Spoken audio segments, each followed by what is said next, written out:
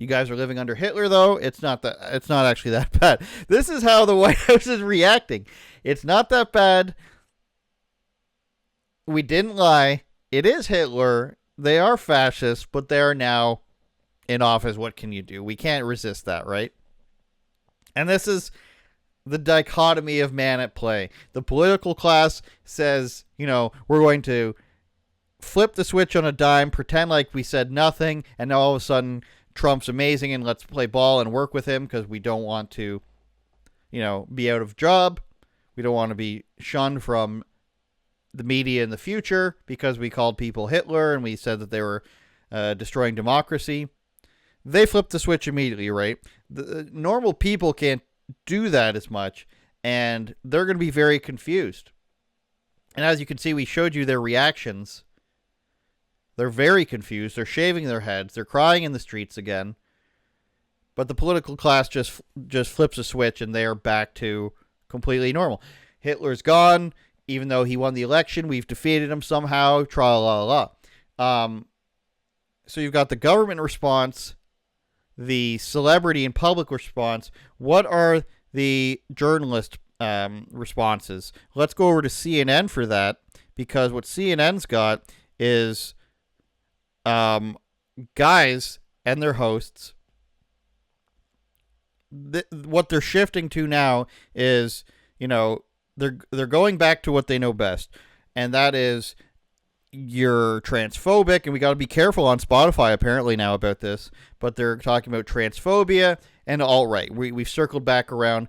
This time maybe the government's not going to be with them because they've learned it doesn't work anymore, but on network news, we're going back to alt-right, transphobia, and you guys are all pieces of crap, which is very interesting because it had its rise. It had its meteoric rise from 2017 to 2022, and then it came crashing down like the economy under Biden, and they've decided it needs to come back up or else we've got nothing. So I guess when the chips are down, go to what you know best, but I think it's going to be proven very fast that, it was proven on the election night that nobody enjoys this type of stuff, but some people aren't willing to let that go. So here's a guy on CNN who, we don't use the word triggered lightly around here, but here's a guy on on CNN who gets triggered by calling a man a man.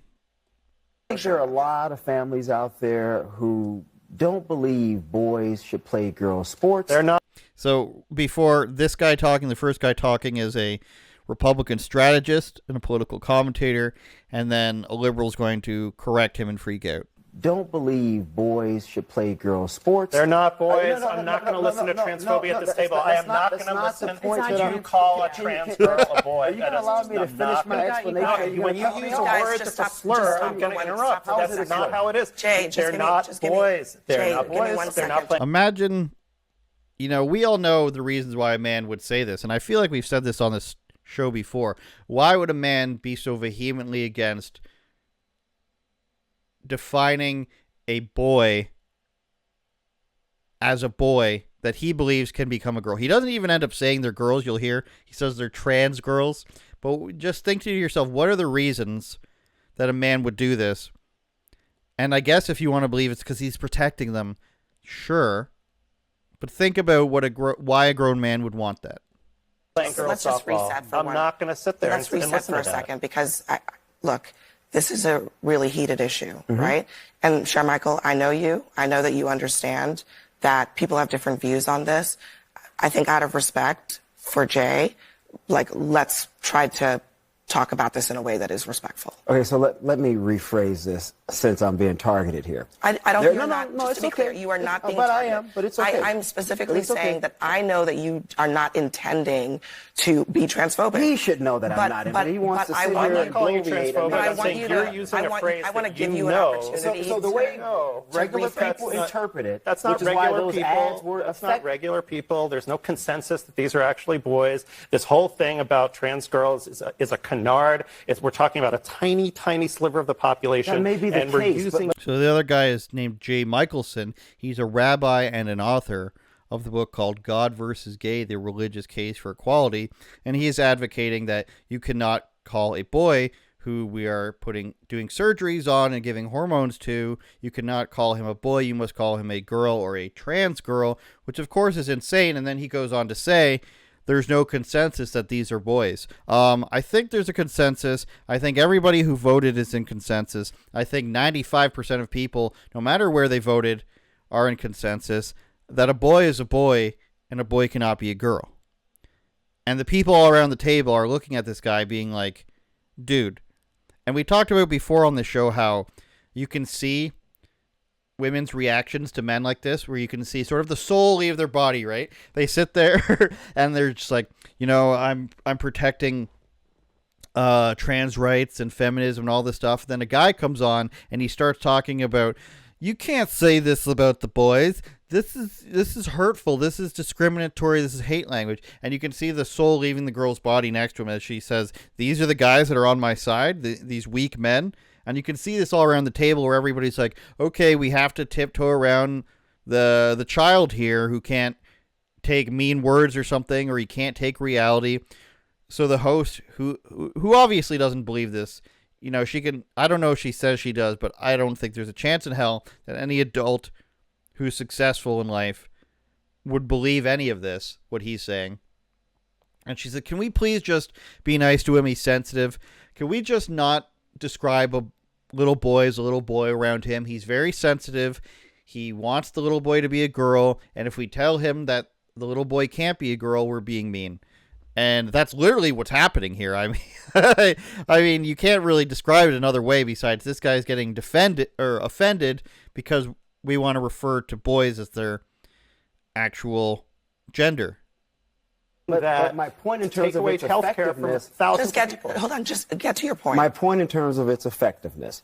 Regular people with children look at these things and they say, you know what? This is a bit too far. I do not agree with this. I don't like this. I think Democrats are going way too much to the left on social issues. They're uncomfortable with it. A lot of people believe that. A lot of families believe that. You may disagree with that reality, but that's why Republicans kept running those ads over and over and over again, because they saw the metrics suggested that they were working. In those ads over and over again and using rhetoric like you just used, saying this is boys playing girls sports. Well, first of all, we're talking about 5 people in the entire country. You would prefer? We're talking about trans girls being allowed to play with the people who are in their gender. And if you don't believe, you don't have to listen to me. There's such women, there's such girls that we have to add the caveat of trans at the beginning and say they're playing in the same gender. If you're listening on audio, consider going to check out the video of this, because the first guy's face here is just so like, what kind of person am I talking to here, where he's trying to convince himself it's normal, it's what everybody else thinks, and it's just trans girls trying to play sports with people who are the same gender as them. It's not boys playing girl sports. Insanity. Listen to the American Medical Association, the American Psychological Association. But my medical associations, they would never lie. See this weird thing that they've gone to? It's one of their like 3 arguments. The border bill that Trump shut down, that wasn't a good bill. He's tried to steal the election, the fake electorates. I believe in the Republican Party and their original electorates. I love them. But they go to this thing where it's like the language, if you're not exactly specific as to what they want, then you're outrageous and you're insane. There's something at the end here I wanted to point out. Association, the American the institutions is what I was trying to remember there. The institutions, the government said this. Biden's economist said the economy is great. The medical associations that have shown to lie say this. Let's trust all these government institutions. But also, the institutions are inherently racist and white supremacists. I hate the police. I hate the government. You see that paradigm that leftists work within? And at the end of the day, I don't like having to say left versus right and everything. And if you've watched me a long time, and I know you have, before, I think probably 2020, I never referred to things as left or right issues because I didn't want somebody to think that I was being unfair. But as the evidence piles up and piles up, you have to go to where the correct ideas are. So when somebody says, on one hand, the government and the system is built on white supremacy and racism to inherently favor white people, cops are racist and terrible, and the system is corrupt, and then that same person will go and then say, we must believe the institutions. How dare you suggest getting rid of the Department of Education? The Democrats are amazing, even though leftism has infiltrated every part of the system and the government and the culture. And how can you not believe that when the government tells you that it's doing an amazing job? Those are two sides of the same coin, and you somehow simultaneously believe them, even though they're opposite beliefs, is what I'm trying to say.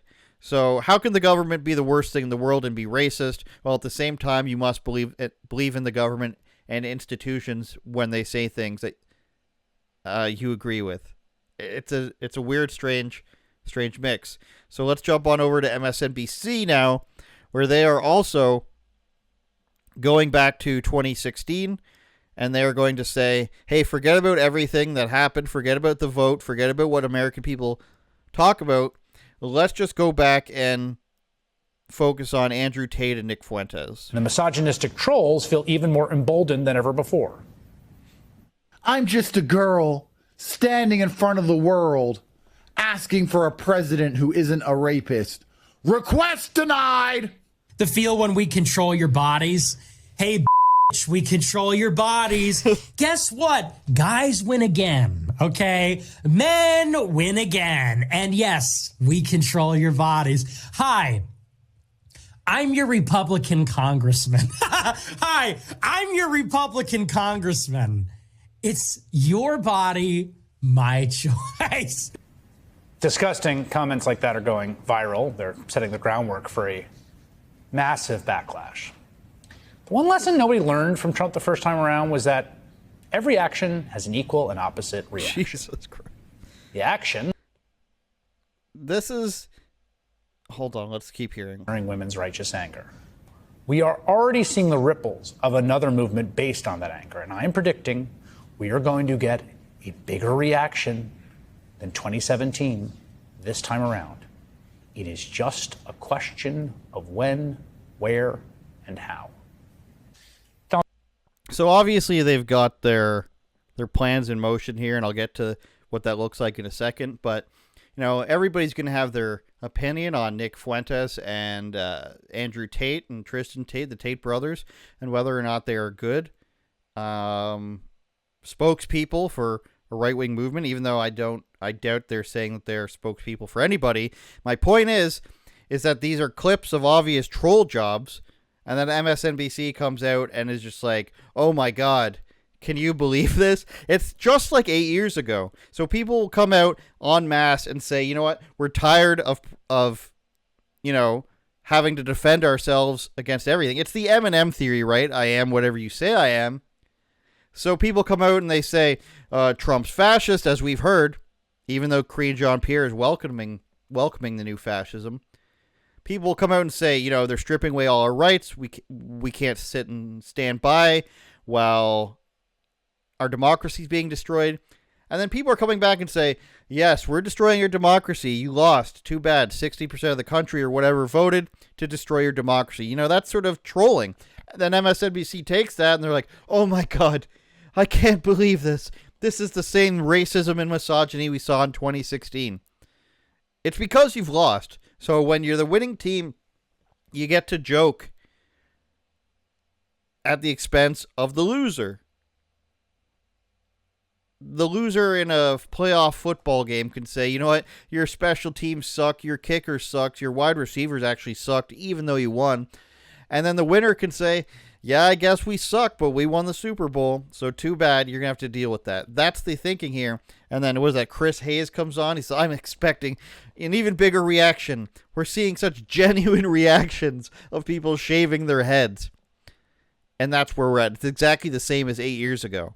It's 2016 all over again. Turn it up, Jordan.